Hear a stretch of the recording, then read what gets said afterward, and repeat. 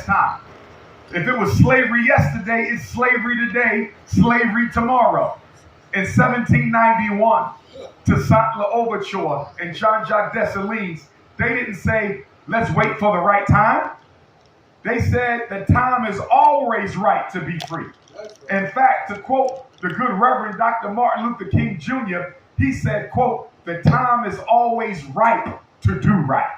And we need to understand that. One of the reasons we're still stuck in the situation we're in is everybody's waiting for the right time. When's the right time to drop out of the Democratic Party? When's the right time to stop dating white girls?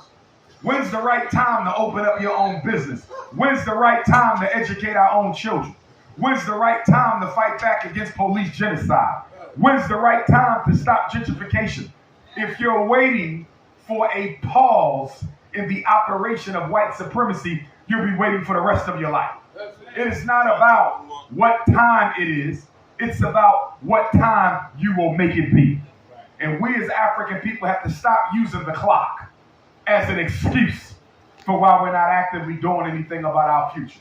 And I can say from a psychological standpoint, if we're going to be totally honest, a lot of us are psychologically defeated. I know this because I get the emails, I get the text messages, I get the Instagram and the Twitter inboxes and the Facebook Messenger from elders and middle-aged Africans and even young people who say, Dr. Umar, I'm not sure if we can fix this. And then I ask them, do you believe in God? And they say, well, of course I believe in God. Well, if you believe in God, but you don't believe in black people, then you don't believe in God either, because we are an extension of supreme consciousness. Right. And this is one of the biggest spiritual contradictions of African people in the Western world. We don't believe we can be free, but we believe in a God who created us to be free. So somebody's lying, because you can't say, I believe in the Creator, but I don't believe in the power the Creator put in me to make myself free. So brothers and sisters, we have to make sure that we are being honest with ourselves. Because I'll be clear, white supremacy is very, very clear that black people are afraid of liberation. The white power structure is very, very clear that black people are afraid of emancipation.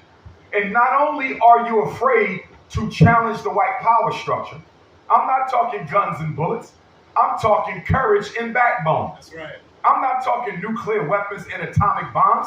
I'm talking self-confidence and divine fearlessness.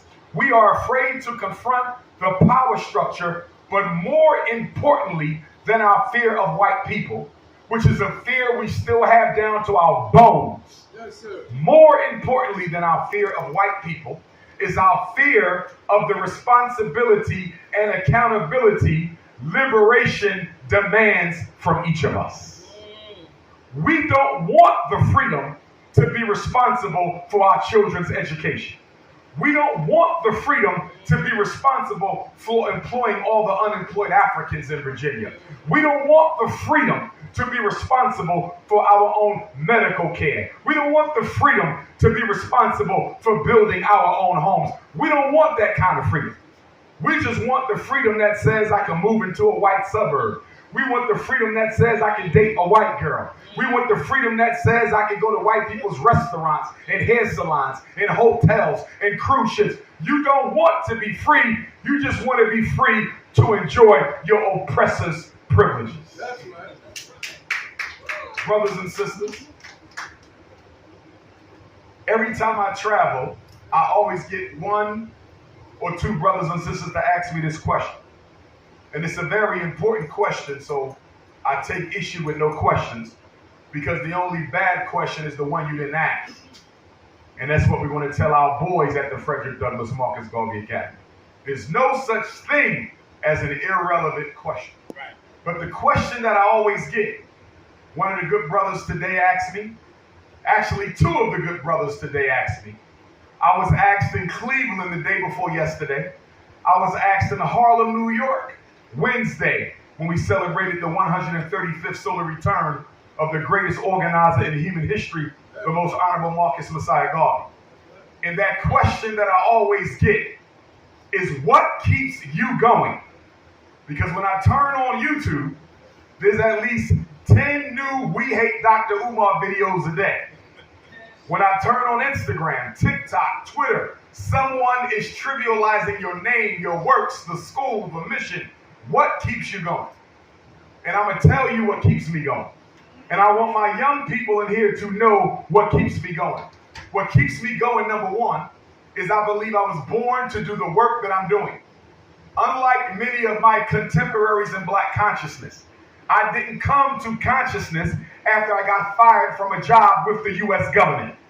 I didn't come to consciousness after I tried to use Black capitalism and exploit my people for my own personal gain, failed, and then I got woke. I didn't come to consciousness after I left the military, and there's nothing wrong with that. But many of our brothers and sisters, they were in the military and they got woke up in the military, which is a good thing. But I didn't come to consciousness that way. I didn't come to consciousness because I sat at the table of the Black bourgeoisie, the Negro aristocracy, and then got disinvited after 5 or 10 years. I didn't come to consciousness because I tried to be a politician and lost, and so I got mad at white folks for not helping me win, and so then I joined the Black struggle. I came to Black consciousness as a 9-year-old fourth grader at the Meade Elementary School in North Philadelphia. Black consciousness is all I have ever known since the age of 9.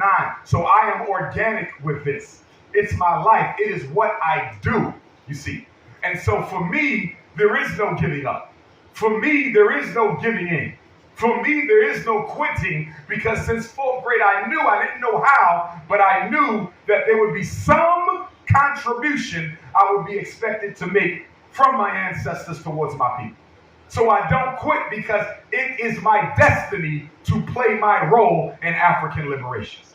I also don't quit because I have confidence in myself to achieve the goals that I set out for myself. And the only reason I have confidence in myself is because I have confidence in the Most High.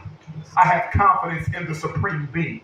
I have confidence in the divine reality. I have confidence in that energy that is incomprehensible, ununderstandable, but at the same time is so powerfully potent that you cannot deny it exists.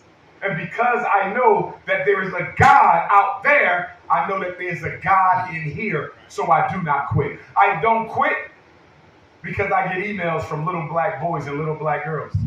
I get paintings in the mail from little Black boys and little Black girls. One young brother sent me a painting, almost cried, in the mail. He said, Dr. Umar, when are you going to open up my school? I'm tired of seeing my mommy cry the way they treat me. These are the letters that I get. And so I am actually my own worst critic.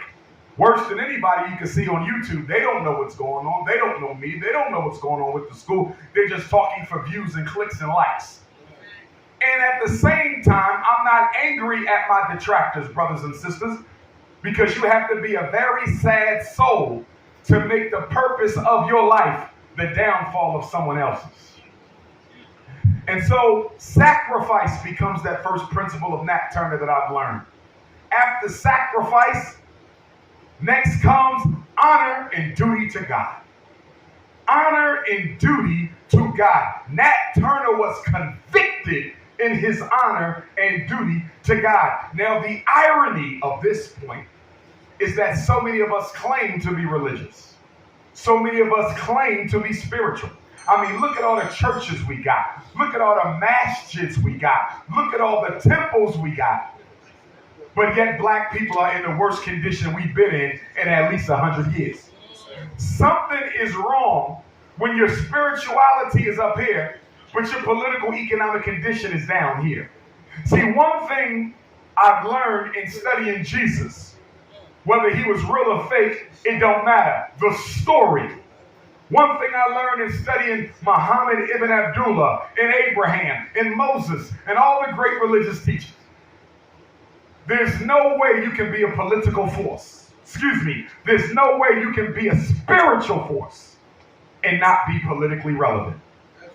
There has never been a leader on the face of the earth who claimed to be a spiritual force and was not politically relevant. Jesus, because of his spirituality, was forced into political relevancy. Moses, because of his spirituality, was forced into political relevancy. Muhammad ibn Abdullah had to fight wars because the spiritual conviction forced him into the political sphere. You can look at Gandhi, although a racist, but his spiritual convictions forced him into the political reality. But when you look at Black America, we got all these black prosperity pastors, and not one of them are politically relevant. How can you have a $20 million church and not be politically relevant? How can you have a $30 million jet and not be politically relevant?